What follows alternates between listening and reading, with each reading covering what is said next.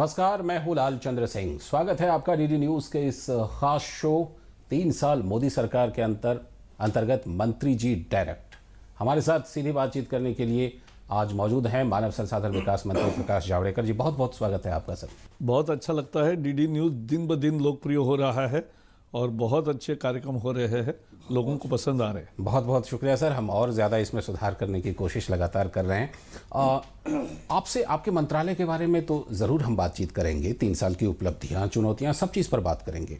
लेकिन आप एक वेटरन प्रवक्ता रहे हैं, तो उस लिहाज से भी आपसे जानना चाहेंगे सबसे पहले कि अभी जो 3 साल केंद्र सरकार ने पूरे किए हैं, इसमें साथ है, विश्वास है, हो रहा विकास है, ये नारा दिया गया है। इस नारे की प्रासंगिकता और इस नारे के कसौटी पर, इस पैमाने पर कितनी खरी उतरी है 3 साल में सरकार? बहुत ही सही सवाल है। लेकिन पिछले 10 साल क्या लोगों ने देखा? जैसे महंगाई रोज बढ़ती थी और अर्थशास्त्री प्रधानमंत्री भी असहज होकर कह रहे थे कि भाई पैसे पेड़ पर नहीं उगते, और 10%, 12%, 14% महंगाई की दर होती थी।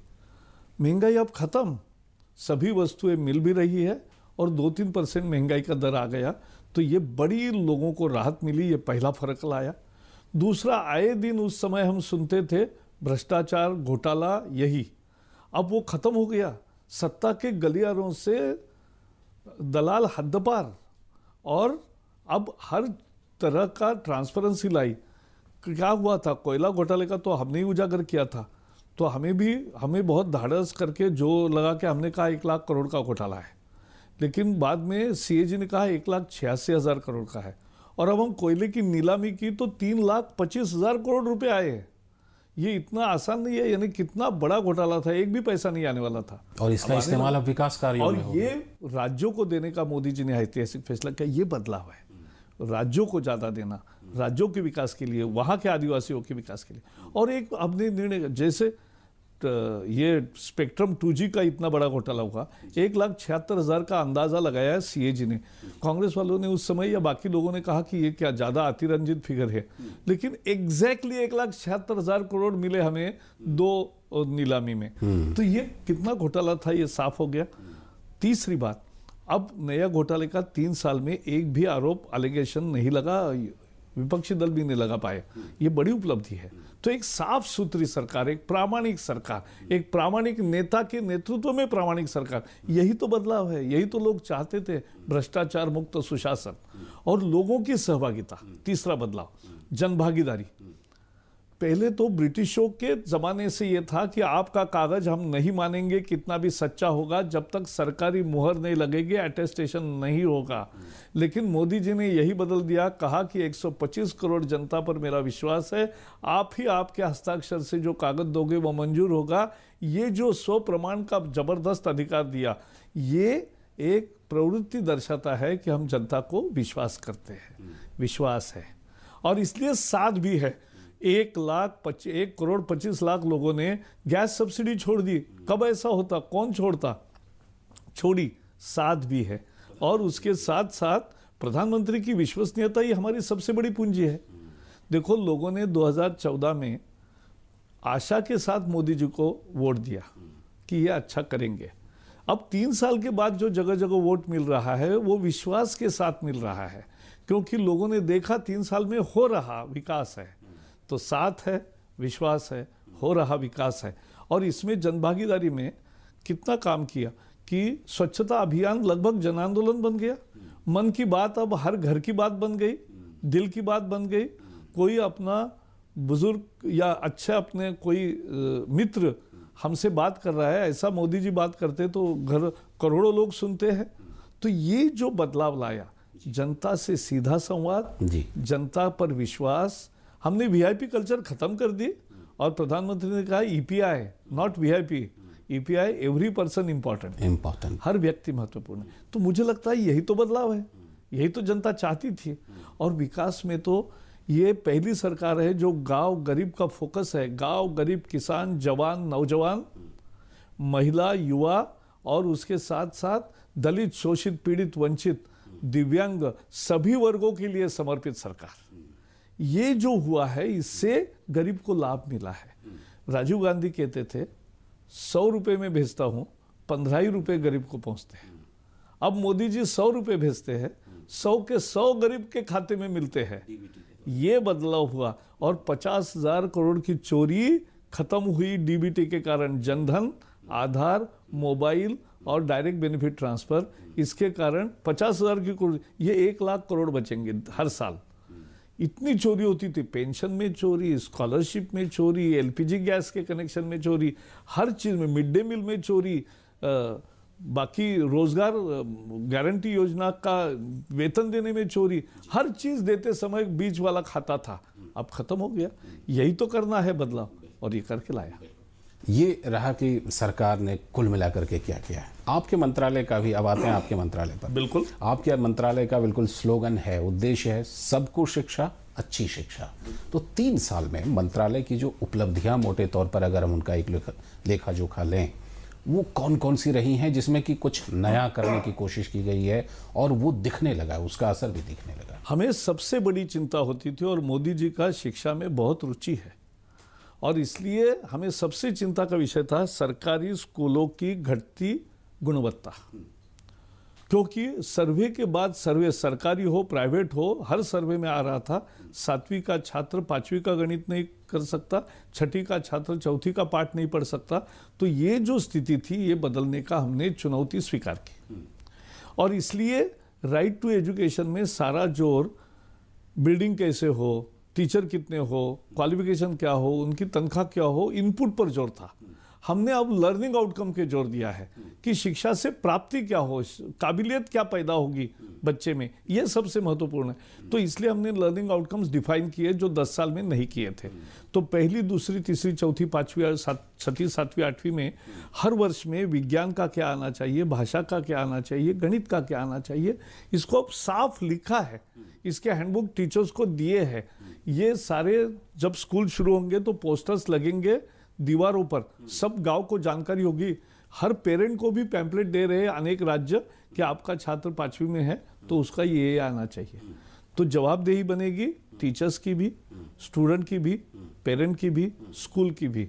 तो इसी से शिक्षा में मूल सुधार आएगा। दूसरा हमने काम किया, अनेक राज्यों की मांग थी कि ये जो पहली में छात्र आता है बिना रोक टोक का सीधा 9वीं में जाता है, नो डिटेंशन, इससे बहुत नुकसान हुआ है। अनेक school mid day meal school बन गए, आना, खाना, जाना। तो इससे बचने के लिए रोकने का अधिकार होना चाहिए। तो हमने ये बदलाव करने का तय किया, बिल लाएंगे और ये अधिकार राज्यों को देंगे। जो राज्य करना चाहते करे, 25 राज्य चाहते हैं, 4 राज्य नहीं चाहते तो उनकी मर्जी, तो वो देंगे अधिकार। इससे क्या होगा, 5वीं में और 8वीं में परीक्षा होगी मार्च में। जो बच्चे फेल करेंगे उनको फिर एक चांस मिलेगा जून में भी अगर वो फेल होते हैं तो वो इसी क्लास में रोकने का अधिकार राज्यों को देंगे। तो इससे एक जवाबदेही बनेगी। एकदम 9वीं में जाकर ड्रॉप आउट होते हैं वैसा नहीं होगा। तीसरी बात, हमने 10वीं का बोर्ड वापस लाया सीबीएसई में। और चौथा, शिक्षकों के प्रशिक्षण का पूरा पुनर्रचना हम कर रहे हैं। अगले साल से होगा, लेकिन इंटीग्रेटेड बीएड कोर्स होगा, और उसके साथ साथ जो बीएड डीएड कॉलेज की दुकानें कुछ खुली, वो दुकानें बंद हो जाएगी। सही शिक्षा देने वाले संस्थान चलेंगे, न अच्छी शिक्षा देने वाले संस्थान बंद हो गए। तो ये बड़े पैमाने पर किया है। और एक हम शिक्षण मंथन कर रहे हैं। शिक्षण मंथन में कल्पना यह है कि शिक्षक ही अच्छे होते हैं जो रुचिकर शिक्षा देते हैं। आकलन कैसे स्टूडेंट्स का बढ़े, इंटरेस्ट कैसे जगे, इसके लिए प्रयोग करते हैं। ऐसे प्रयोगशील शिक्षकों को, मुख्याध्यापकों को, स्वयंसेवी संस्थाओं को और जो शिक्षा के अधिकारी है राज्यों के, ऐसे 5 शिविर हमने किए। और 5 शिविरों में अनुभव यह है, हर शिविर में 40-40 नए प्रयोगों का हम ये देख रहे हैं कि कैसे प्रयोग होते हैं, एक दूसरे सीख रहे हैं। इसका एक मंथन, शैक्षणिक मंथन किया है। तो गुणवत्ता सुधारने पर हमने जोर दिया स्कूली शिक्षा में। जब बात आती है गुणवत्ता की, तो ख़ासतौर पर जो प्राथमिक स्तर के और मध्यम स्तर के, माध्यमिक स्तर के हैं, उसमें राज्यों की बहुत बड़ी भूमिका होती है। और हम जानते हैं कि जो केंद्र के द्वारा संचालित स्कूल हैं, चाहे वो सेंट्रल स्कूल हैं, नवोदय हैं, वो बड़े लोकप्रिय हैं। उसमें लोग प्राइवेट स्कूल को भी छोड़ करके जाना चाहते हैं। लेकिन जो राज्यों के द्वारा संचालित स्कूल होते हैं उनकी बहुत अच्छी स्थिति नहीं है और वहीं से शायद गुणवत्ता में सुधार होगा। क्या उसको लेकर के सरकार कुछ केंद्र के स्तर से कर सकती है या ये बिल्कुल हम जो ये शिक्षण मंथन कर रहे हैं सभी राज्यों को विश्वास में लेकर कर रहे हैं। सभी राज्यों के शिक्षा मंत्रियों की एक हमारी बैठक हुई, अब भी एक और होगी, क्योंकि हम गुणवत्ता को जोर देना ही है। सभी राज्य स्वीकार कर रहे हैं और इसलिए मुझे विश्वास है कि सब 10 साल का नुकसान देख चुके हैं, अब सुधारना चाहते हैं। ये नकल होती है, मास कॉपिंग होता है, खत्म करने को अब बिहार और उत्तर प्रदेश की सरकार ही अगर चाहती है कि हम खत्म करें तो इससे ज़्यादा अच्छा क्या होता है। हम सारा सपोर्ट करेंगे। मास कॉपिंग खत्म करना चाहिए, गुणवत्ता ही उसका आधार होना चाहिए और इसलिए बच्चों को सही शिक्षा मिले, अच्छी शिक्षा मिले और वो अच्छे पढ़े, क्योंकि वही नींव है आने वाले देश के भविष्य की। जावड़ेकर जी, बीच में हमने देखा है कि जो ये मिड डे मील है इसको लेकर के कई तरह के गड़बड़ियाँ भी सामने आई और कई तरह की इसको लेकर के सवाल भी उठे कि इसका लोग इस्तेमाल कर लेते हैं, लेकिन जिस तरह से की उपस्थिति होनी चाहिए, जिस तरह साक्षरता और शिक्षा के स्तर में सुधार होनी चाहिए, वो नहीं दिखाई पड़ रही है। इसमें हालांकि एनजीओ वगैरह की भी भागीदारी हुई थी भ्रष्टाचार को रोकने के लिए। तो क्या इस बारे में सरकार की क्या पॉलिसी है? पहले तो हमें समझना चाहिए कि दुनिया का सबसे बड़ा मध्याह्न भोजन कार्यक्रम भारत में होता है। 10 करोड़ छात्र है और उच्च माध्यमिक शिक्षा में हम लगभग 5वीं से 8वीं के स्टूडेंट्स पर 9 रुपये प्रतिदिन खर्चा करते हैं और 5-6 रुपये खर्चा करते हैं पहली से चौथी के स्टूडेंट पर। तो ये बहुत बड़ा खर्चा है, बहुत बड़ा कार्यक्रम है, एक सफल कार्यक्रम है, स्व सहायता समूह से चलता है और शहरों में ऑर्गेनाइज किचन्स भी है। तो ये राज्य भी उसमें समझ आए। कभी कभार हादसा होता है लेकिन मूलतः ये सफल स्कीम है, हादसे ना हो यह हम प्रयास उसकी सारी स्थितियां कर रहे हैं। और अभी कुक्स हैं उनको भी प्रशिक्षण दे रहे हैं कि भाई 2 दिन का प्रशिक्षण, हेल्दी फूड कैसे बनाए और टेस्टी फूड कैसे बनाए।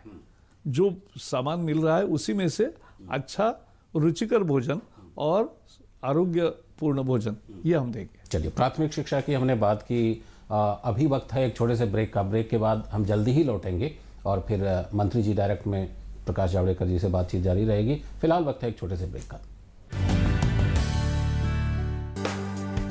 आलोक, अरे सोहन यार, मेरे घर में सभी लोग सोलर रूफटॉप सिस्टम के बारे में पूछ रहे हैं। क्यों, तुम्हारे घर में सोलर रूफटॉप सिस्टम नहीं लगा? नहीं, हमारी बिल्डिंग में सोलर रूफटॉप सिस्टम लगे हैं, जिससे बिजली का बिल भी कम आता है और सरप्लस बिजली बेचकर पैसे भी कमा सकते हैं। वाह, मैं भी अपने घर के लोगों को बताऊंगा। अपने घर और सोसाइटी में सोलर रूफटॉप सिस्टम लगवाने के लिए भारत सरकार की आर्थिक सहायता का लाभ उठाएं, अपनी बिजली खुद बनाएं, सौर ऊर्जा अपनाएं।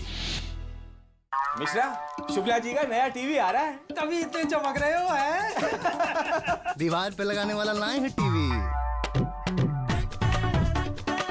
अरे टीवी देखने जरूर बुलाएंगे, बुलाओगे ना शुक्ला जी?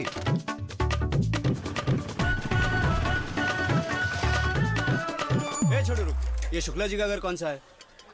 घर तो यही है, पर ये टीवी आप मैदान में लगा दो। क्यों? शुक्ला जी वहीं तो बैठते हैं लोटा लेके। तो वो देखो शुक्ला जी आ गए, देखो।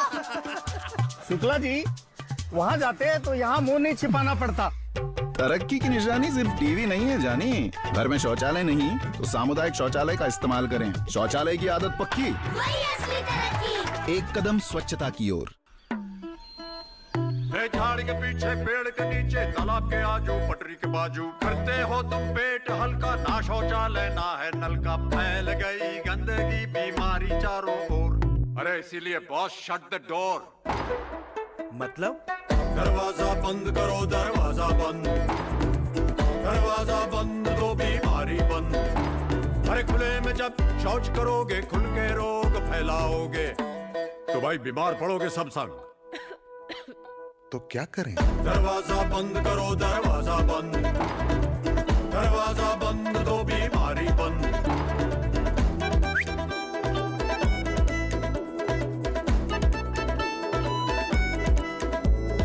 बात समझ में आई तो ही लाओ अपनी मुंडी, शौच करना है तो बंद करो भाई कुंडी। शौचालय का उपयोग कीजिए और भारत को स्वच्छ बनाइए। ब्रेक के बाद एक बार फिर से आपका स्वागत है। आज मंत्री जी डायरेक्ट में हमारे साथ मौजूद हैं मानव संसाधन विकास मंत्री श्री प्रकाश जावड़ेकर जी। आपसे पहले बातचीत हुई प्राथमिक शिक्षा के स्तर पर। अगर बात उच्च शिक्षा की करें तो उच्च शिक्षा का जब हम गुणवत्ता सुधारने की बात करते हैं तो उसमें मोटे तौर पर दो तरह की तकनीकी शिक्षा और प्रोफेशनल यानी व्यावसायिक शिक्षा की बात आती है। सरकार की योजनाएं हैं, नए केंद्रीय विद्यालय खुले हैं, IIT, IIM, इस दिशा में आगे और क्या कुछ योजना और कार्यक्रम है? 3 बड़े कार्यक्रम है।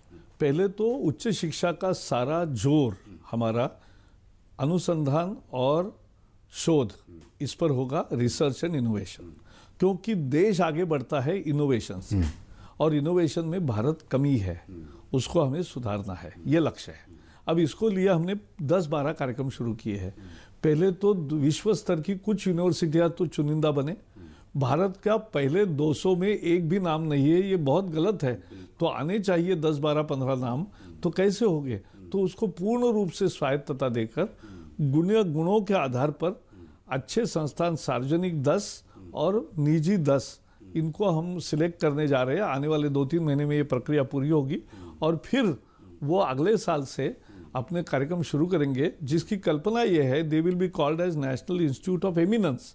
लेकिन बाद में वो विश्व स्तरीय बने, ये उनका एजेंडा रहेगा। और 10 साल में वो 200 में आए और 15 साल में वो 100 में कैसे जाएंगे, यही कार्यक्रम होगा। उसको पूरा समर्थन देंगे। उनको पूरी एक तरह से UGC के रेगुलेशन से पूरी आज़ादी होगी।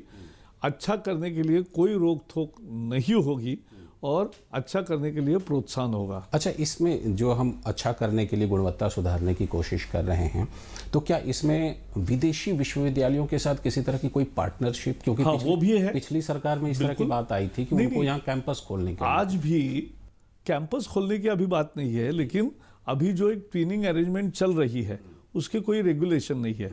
तो उसके ठीक नियमन हो कि 500 प्रमुख संस्थान जो है, विश्व स्तर के 500 मेरिट रैंक जो है, उन विश्वविद्यालयों के साथ अच्छे कोलैबोरेशन हो, सहयोग हो। दूसरा एक हमने ज्ञान प्रोग्राम शुरू किया। पिछले साल 600 प्राध्यापक विदेशों से अच्छी यूनिवर्सिटी से यहाँ आए, यहाँ कोर्स कंडक्ट किया 15 दिन रहकर, रोज 4-4 लेक्चर लेकर। तो एक अच्छा कोर्स उन्होंने कंडक्ट किया, उसका सर्टिफिकेट भी लोग छात्रों को मिला, फायदा हुआ। इससे हमारे प्राध्यापकों का भी क्वालिटी सुधरता है। और इस साल 800 आएंगे, तो ये हम नया कर रहे हैं। दूसरा, IIT में इंडस्ट्री के रिक्वेस्ट कभी बहुत कम आती थी, अब 100 से ज़्यादा आई है। इंडस्ट्री फंड भी कर रहा है और उच्चतर आविष्कार योजना में हम वहाँ अच्छा शोध कार्य की वो रिक्वेस्ट देंगे और उस पर टीमें शोध कार्य करेगी। एक इम्प्रिंट करके एक लिया, फिर इंक्यूबेशन सेंटर्स है, फिर स्टार्टअप की 600 स्टार्टअप शुरू है यूनिवर्सिटी हॉस्टल से।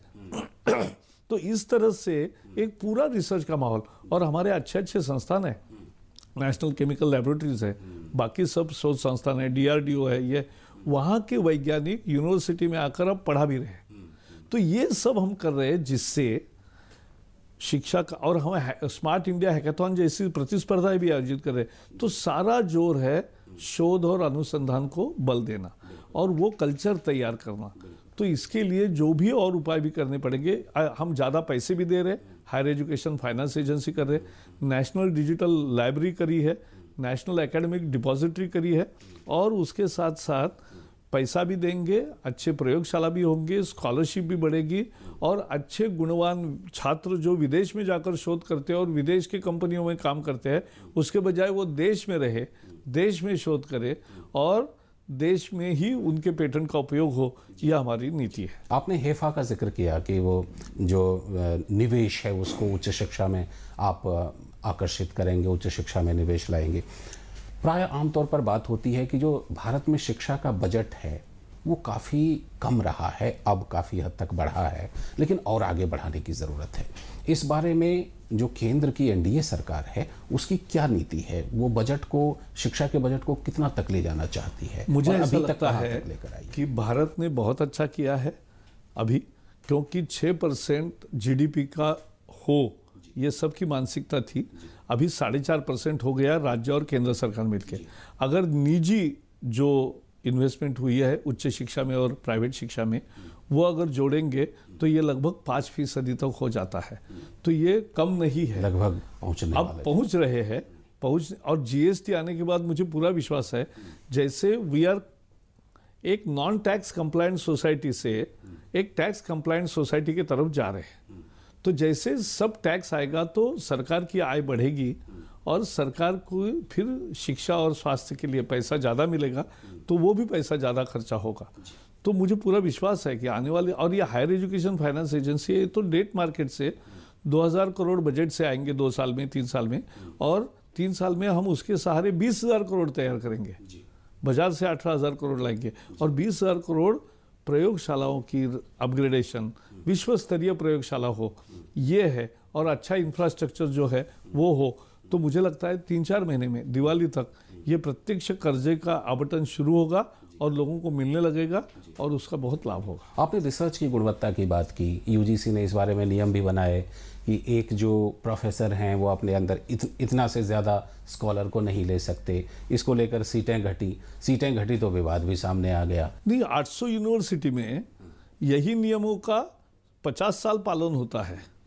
विश्व में एक प्राध्यापक 2 छात्रों को ही पीएचडी स्कॉलर को गाइड करता है, कुछ जगह 4 जनों को करता है। हमने ज़्यादा पीएचडी होने चाहिए इसलिए 8 तक परमिशन दी। बाकी जगह एसोसिएट और असिस्टेंट प्रोफेसर रिसर्च गाइड को नहीं करते, रिसर्च गाइड नहीं होते, फिर भी वो अलाउ किया, इनको भी 6 और 4 का अलाउ किया। लेकिन एक विश्वविद्यालय अनफॉर्चुनेटली ऐसा था कि जहां एक प्राध्यापक 15, 20, 25, 30 तक लोगों को गाइड कर रहा है। ये गलत है, ये कोई क्लासरूम पीएचडी नहीं होती है, इससे गुणवत्ता गिरती, इससे बिल्कुल। और इसलिए हमने कहा है कि कुछ घटाया नहीं है। नियम कोर्ट ने भी कहा कि ये सबके लिए है, तो एक यूनिवर्सिटी अपवाद नहीं हो सकती। और इसलिए अब वहाँ दुर्भाग्य से जेएनयू में दलित प्रोफेसर्स की नियुक्ति नहीं हुई थी इतने सालों में, आदिवासियों की नहीं थी, दिव्यांगों की नहीं थी। अब कर रहे स्पेशल ड्राइव, और जो प्रोफेसर्स आएंगे उसके साथ सीटें भी बढ़ेगी। इसी विवाद से जुड़ा हुआ, विवाद का ही जब जिक्र चल रहा है तो एक विवाद और, प्राय पिछले दिनों हमने कुछ यूनिवर्सिटी में देखे कि कुछ देश विरोधी नारे तक लग गए। अभिव्यक्ति की आज़ादी के नाम पर सरकार के ऊपर भी लोग इस तरह के आरोप लगा देते हैं कि नहीं, सरकार जो है अपना कुछ एजेंडा थोपना चाहती है। ये जो अभिव्यक्ति की आज़ादी यूनिवर्सिटी में है, कितनी हद तक होनी चाहिए, इसकी कोई हद नहीं? मैं खुद यूनिवर्सिटी स्टूडेंट एजुटेशन का प्रोडक्ट हूँ, तो मुझे छात्र आंदोलन और अभिव्यक्ति स्वतंत्रता के लिए तो हम जेल गए कॉलेज से सीधे, तो इसलिए वो महत्वपूर्ण है। लेकिन देश तोड़ने का आज़ादी नहीं होती। आज़ादी लोकतंत्र के मर्यादा में और संविधान के मर्यादा में हर एक को आज़ादी होनी चाहिए। उसके लिए तो मैं लड़ता हूँ और लड़ूंगा, लेकिन यह आज़ादी की भी एक, हर स्वतंत्रता की एक सीमा भी होती है। तो वो ही है, बाकी कुछ नहीं है। हम कोई विचार नहीं थोप रहे, हम कोई आचार नहीं थोप रहे, हम कुछ भी थोपना नहीं चाहते। लेकिन और छात्र देखो कहाँ आंदोलन हो रहे भाई, 800 यूनिवर्सिटीज है, बस 2-3 यूनिवर्सिटीज से खबरें आती है। वहाँ भी अब जेएनयू को जो पुरस्कार मिला, विजिटर अवार्ड मिला या नेशनल रैंकिंग में उनका दूसरा नंबर आया, वो इन नारों के लिए नहीं आया। वो नंबर जो आया वो वहाँ जो शोध हुए, रिसर्च हुए, कैंसर के ड्रग मिले, यूएस के पेटेंट मिले, देश के पेटेंट मिले, बहुत उपयोगी काम हो रहा है जिसकी खबरें नहीं आती है उसके लिए पुरस्कार है, खबरें आती है उसके लिए पुरस्कार नहीं है। बिल्कुल। आपने जम्मू कश्मीर के शिक्षा मंत्री से पिछले दिनों मुलाकात की थी। जम्मू कश्मीर के छात्रों के लिए खास प्रावधान छात्रवृत्ति के हैं, प्रधानमंत्री छात्रवृत्ति योजना के तहत। जम्मू कश्मीर के जो छात्र हैं, छात्राएं हैं, वो और ज़्यादा आगे बढ़ें, पढ़ें, इसके लिए सरकार के पास और इस तरह की कोई योजना? पहले तो जम्मू कश्मीर में कश्मीरियत का एक हिस्सा है कि शिक्षा में बहुत ललक है, रुचि है। पिछले साल अशांत परिस्थिति में भी 99% छात्रों ने उपस्थिति दर्ज कराई बोर्ड एग्जाम में। ये शिक्षा की ललक दिखाती है।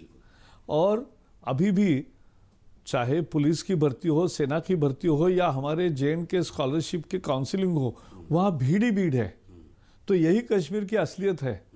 पत्थर फेंकना ये कश्मीर की असलियत नहीं है।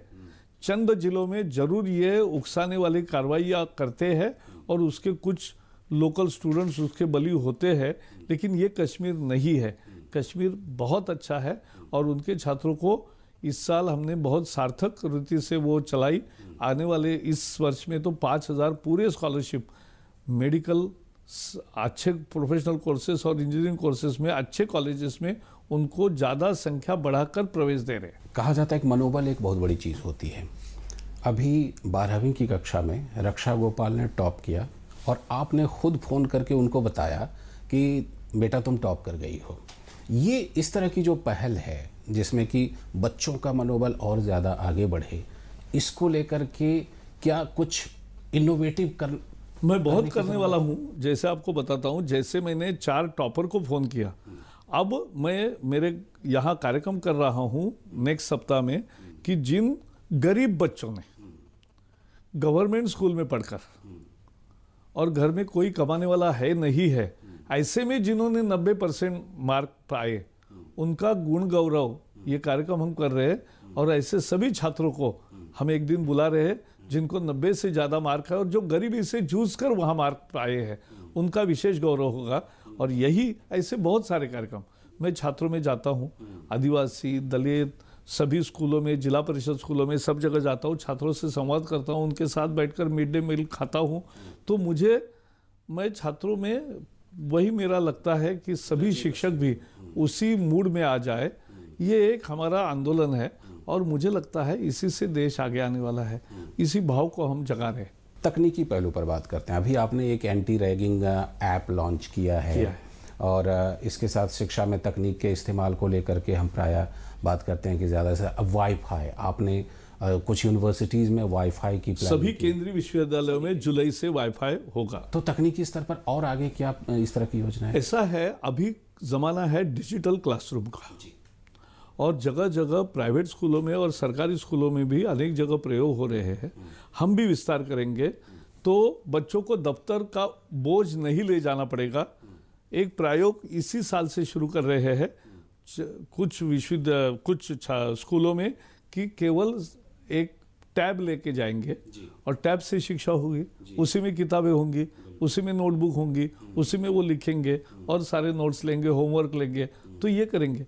दूसरी एक आसान पद्धति छत्तीसगढ़ में मैंने देखी, स्कूल में हर एक बच्चे का एक खाना दिया है, एक कोना दिया है, उसमें वो अपने किताबें पिछले साल के स्टूडेंट के वही किताबें और नोटबुक रखेंगे और स्कूल में, घर का घर में, तो हो गया काम। तो दफ्तर लेने का सवाल ही नहीं। जो बस्ते का बोझ है बस्ता का बोझ कम करना, ये भी एक काम है। और डिजिटल शिक्षा से अच्छी शिक्षा मिले और फ्लिप क्लास मोड में फिर टीचर जो है वो उसको ज़्यादा एक्सप्लेन करे, संवाद करे, छात्र प्रश्न पूछे और उसकी शिक्षा हो, यही सही शिक्षा है। उस दिशा में हम जाना चाहते हैं। आपसे बातचीत खत्म करें उसके पहले चलते चलते अभी जो ये सरकार का कार्यकाल है 2 साल अभी और बचा हुआ है, कौन कौन सी प्राथमिकता होगी इन 2 सालों में मोटे तौर पर? मुझे लगता है जो हमने सारे नए इनिशिएटिव्स लिए हैं, जो मैंने अभी गिनाए और भी है, लेकिन ये जो है सारे इनिशिएटिव को परिपक्व करते हुए उसको परिणाम तक पहुंचाना, यही हमारी मंजिल रहेगी। इससे सबको शिक्षा, अच्छी शिक्षा और अनुसंधान और शोध देश को आगे ले जाएगा, यही हमारा उद्देश्य है। चलिए, बहुत बहुत शुभकामनाएं कि आपके जो लक्ष्य हैं वो हासिल हों और बहुत बहुत शुक्रिया दूरदर्शन न्यूज़ से, डीडी न्यूज़ से बहुत आपसे बात करने में हमेशा आनंद आती है लाल जी। बहुत बहुत शुक्रिया सर, थैंक यू सर।